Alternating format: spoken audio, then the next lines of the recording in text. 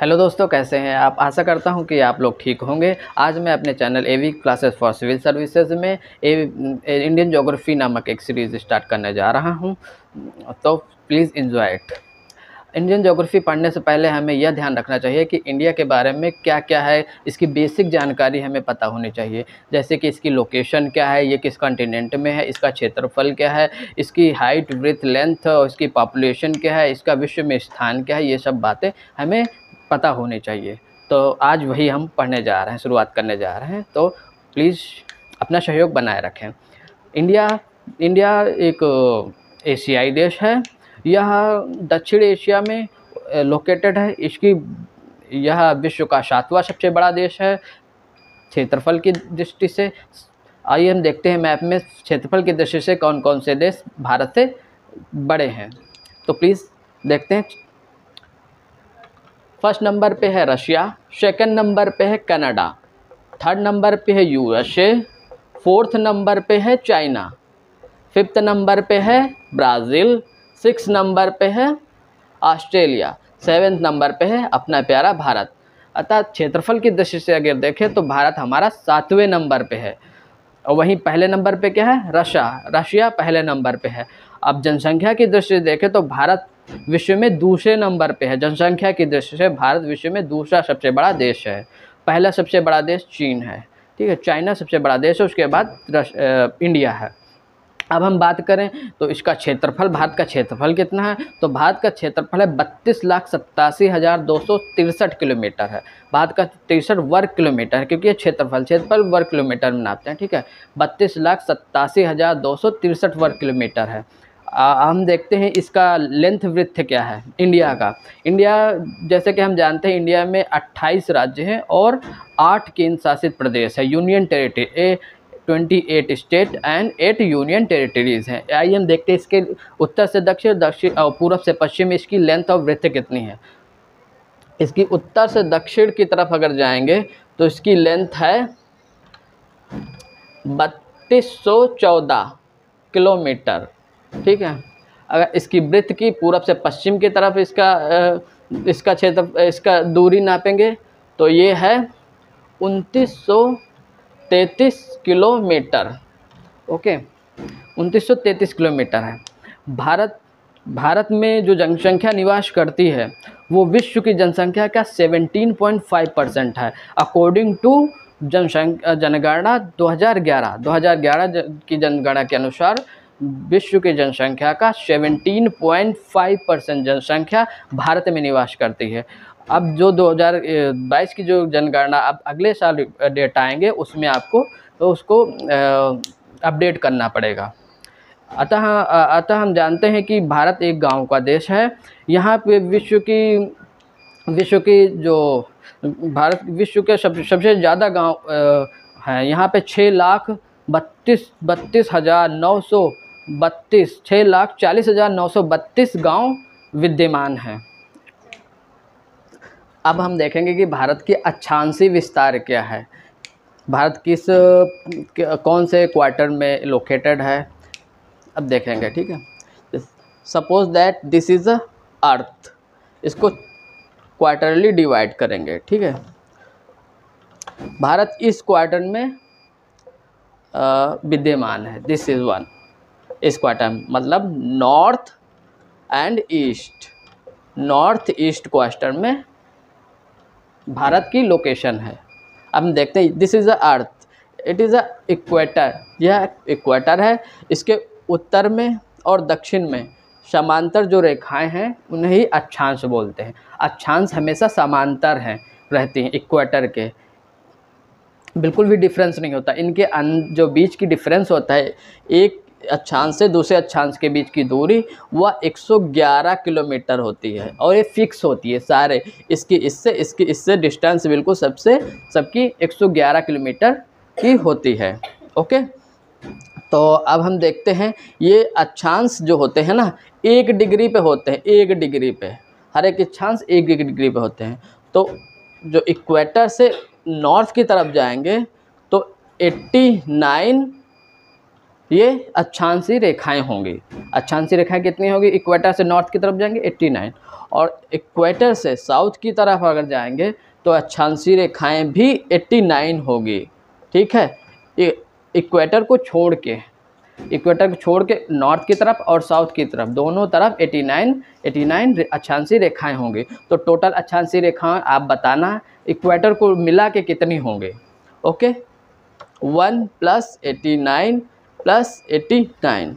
अब आप बताएंगे, इसको कमेंट करके बताएंगे कितना होगा। ओके, अब हम देखते हैं कि हमारी जो इंडिया है उसका पोजीशन क्या है। ओके, इसका पोजीशन है 8 डिग्री 4 मिनट नॉर्थ, क्योंकि ये नॉर्थ में है। अगर साउथ होता तो यहाँ पे होता। ठीक है, ये नॉर्थ है यहाँ पे, इसलिए नॉर्थ लिखेंगे यहाँ पे। ओके, और यहाँ 37 degree 6 minute, 37 degree 6 minute. Now अब हम देखते हैं, ये इंडिया की पोजीशन हो गई। अगर हम मुख्य भूमि है, दिस इज ये मुख्य भूमि मेन लैंड है, और अगर हम देखेंगे तो इसके ये अंडमान निकोबार द्वीप समूह को अगर लेंगे तो यहाँ पे 6 डिग्री 45 मिनट नॉर्थ हो जाएगा, क्योंकि ये इक्वेटर से पास में है। ओके, तो अक्षांशीय विस्तार हो गया है। अब भारत के अक्षांशीय रेखाओं को हम लोग देख चुके हैं। अब देखेंगे देशांतरीय रेखाएं क्या हैं, भारत के देशांतर विस्तार क्या है, आइए हम देखते हैं। ठीक है, this is earth, north pole, this is south pole. ये नॉर्थ पोल है और ये साउथ पोल है। नॉर्थ पोल और साउथ पोल के मिलाने वाली रेखा को मध्याह्न अक्षांश बोलते हैं। Mean, meridian, latitude, longitude, meridian, longitude. ठीक है, लैटिट्यूड और लॉन्गिट्यूड में मेन अंतर क्या है? लैटिट्यूड मतलब होता है एक जो लेटा हुआ, अक्षांश लेटा होता है ना, उसे लैटिट्यूड, और देशांतर लॉन्गिट्यूड जो लंबा खड़ा हो उसे लॉन्गिट्यूड, ये मतलब देशांतर बोलेंगे। ठीक है, तो इक्वेटर उत्तरी ध्रुव और दक्षिणी ध्रुव के मिलाने वाली रेखा को मध्याह्न देशांतर रेखा बोलते हैं। और जो इसके समानांतर कोई भी रेखाएं नहीं होती, इसके समानांतर जो होते हैं नहीं होता, बल्कि एक ऐसी रेखा होती हैं जो इक्वेटर के पास में दोनों के बीच डिस्टेंस कम होती है, और जैसे जैसे इसके सेंटर में आते हैं ना, इसकी डिस्टेंस बढ़ जाती है। ठीक है, जैसे अक्षांश रेखाएं थी वो बिल्कुल पैरेलल थी, लेकिन इसमें ऐसा कुछ नहीं है, ये पैरेलल रेखाएं नहीं होती हैं, ये पैरेलल रेखाएं नहीं होती हैं। ओके, दिस इज देशांतर, ये देशांतर रेखाएं हैं।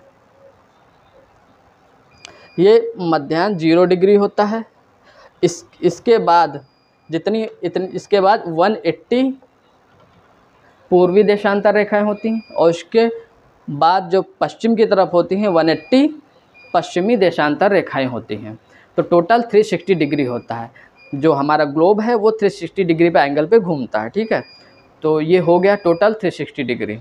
अब हम देखेंगे कि हमारा जो इंडिया की देशांतर रेखाओं का विस्तार है वो क्या है। यहाँ से हम देखेंगे गुजरात से 68 डिग्री 7 मिनट, 97 डिग्री 25 मिनट, यह भारत का विस्तार है। अब हम लोग देख चुके हैं कि देशांतर रेखाएं और अक्षांशीय रेखाएं भारत से कहाँ से और किस पोजीशन पे लोकेटेड हैं। अब हम देखते हैं कि क्या भारत से cancer tropic of cancer, tropic of capricorn और इक्वेटर गुजरती है कि नहीं गुजरती है, इसके बारे में हम देख लेते हैं। ठीक है, this is earth, it is equator, ये इक्वेटर है, और इसके उत्तर में नॉर्थ में 20 इक्वेटर 0 डिग्री होता है। ओके, 23.5 डिग्री का ये क्या होता है? Tropic of cancer, and this is 23.5 tropic of capricorn, ठीक है, 23.5 टॉपिक ऑफ कैप्रिकॉर्न और इक्वेटर और टॉपिक ऑफ कैंसर। भारत से ओनली टॉपिक ऑफ कैंसर ही गुजरता है, ओके, क्योंकि भारत नॉर्थ में है तो टॉपिक ऑफ कैप्रिकॉर्न तो जा नहीं सकता, और जो topic of cancer topic equator है वो काफ़ी नीचे है, 8 डिग्री ऊपर है टॉपिक ऑफ कैंसर से भारत की पोजीशन।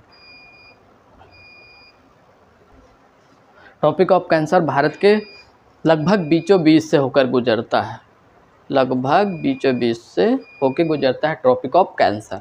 और जो इंडियन स्टेट, 8 ऐसे इंडियन स्टेट हैं जहाँ पे टॉपिक ऑफ कैंसर होकर गुजरता है। इन 8 इंडियन स्टेट के बारे में हम देख लेते हैं। नंबर 1 यहाँ से गुजरात,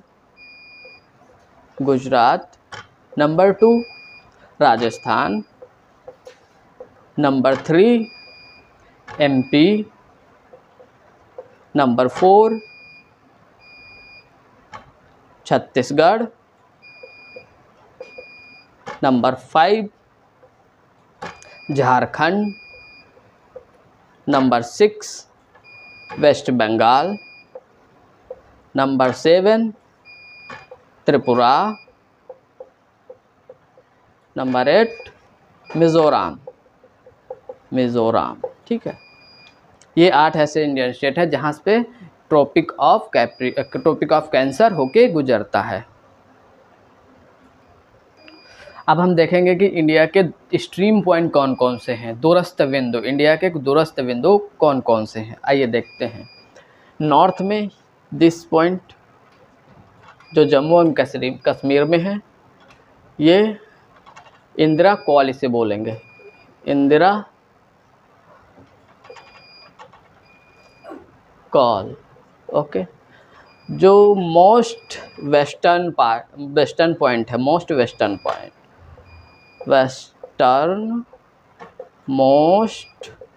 पॉइंट, ये कौन सा है? गुहार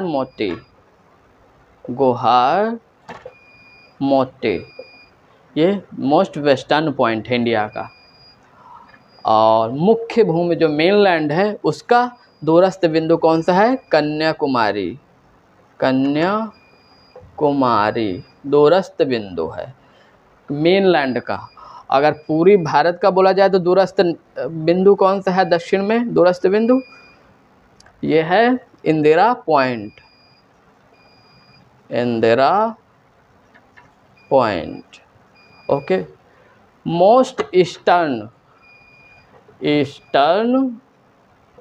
मोस्ट पॉइंट ये है यहाँ पे अरुणाचल प्रदेश में, ये है किविथू, क्या है? किविथू है मोस्ट ईस्टर्न पॉइंट। अब हम लोग देखते हैं कि इंडिया के कौन कौन से ऐसे देश हैं जो नेबरिंग कंट्रीज़ हैं इंडिया से। इंडिया सबसे पहले हम इधर से देखेंगे, पश्चिम तरफ से, इस बाउंड्री से पाकिस्तान की सीमा लगती है। यहाँ पे थोड़ी से जो क्षेत्रफल है इससे अफ़गानिस्तान का बाउंड्री टच होती है। यहाँ पे China, this is China's boundary, ये चाइना के साथ सीमा साझा करता है इंडिया। और यहाँ पे है नेपाल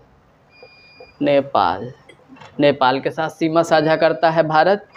और दिस पॉइंट इज़ भूटान,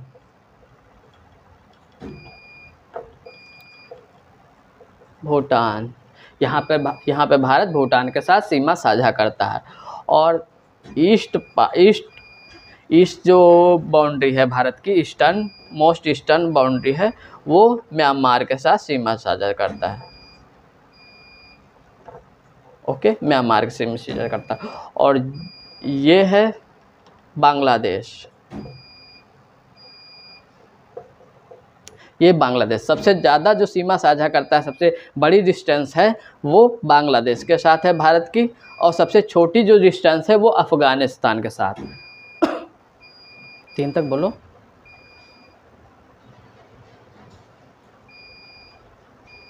अब भारत का स्टैंडर्ड टाइम देख लेते हैं, सभी देशों का अलग अलग टाइम है। अब हम बात देख लेते हैं भारत का क्या स्टैंडर्ड टाइम है। 82 डिग्री एंड हाफ भारत का एक स्टैंडर्ड टाइम है, जो कहाँ से पास होके जाता है, नैनी इलाहाबाद से होके जाता है। नैनी इलाहाबाद यूपी में है। कि देखते हैं किन किन राज्यों से ये होके जाता है। ये मेनली 5 राज्यों से होके जाता है। देख लेते हैं पहले नंबर पे जो नैनी इलाहाबाद है यूपी में है, यूपी से होके जाता है। दूसरा एमपी, यहाँ से एमपी यहाँ पे पड़ेगा थोड़ा सा बाउंड्री। उसके बाद नीचे यहाँ पे छत्तीसगढ़ से होकर जाएगा। ओके, छत्तीसगढ़। उसके बाद यहाँ पे आके उड़ीसा में मिल जाएगा। चौथे नंबर पे उड़ीसा से होकर जाएगा।